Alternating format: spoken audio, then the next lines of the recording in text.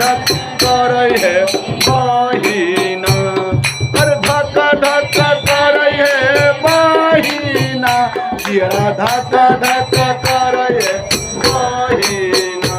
अरे बिना रे टिकटवा चढ़ली टरन मादैया धक धक करे है बहिना।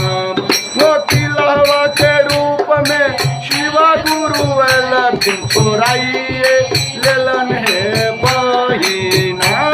वकीलवा के रूप में शिवा गुरु लखिन छोराइए लेलन है बहिना।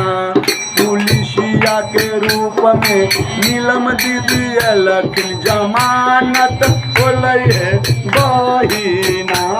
पुलिसिया के रूप में नीलम दीदी लखिन जमानत बोले है बहिना। पुलिसिया के रूप में नीलम दीदी लखिन जमानत बोले है बहिना।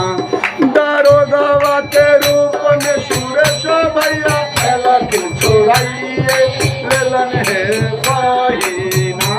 दारोगा के रूप में सुरेश भैया लखिन छोड़ाइए लेलन है बहिना।